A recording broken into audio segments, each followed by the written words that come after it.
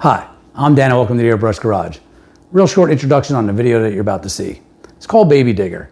A friend of mine came to me with this concept. He wanted me to do him up a Baby Digger on his Suzuki Samurai.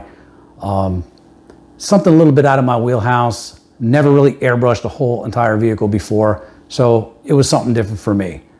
But really cool part of this project, before you see this video, was that when he took it down to Dennis Anderson's track, and for those of you that aren't familiar with Dennis Anderson, he was the owner of Gravedigger and now has a track down in North Carolina.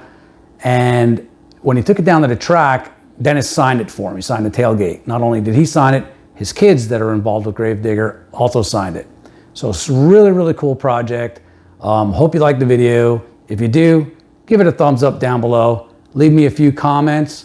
Really appreciate that. Share it out with your family and friends and hit that subscribe button for me. That'd be great. So hope you like it. I'll see you in the next video. Thanks for watching.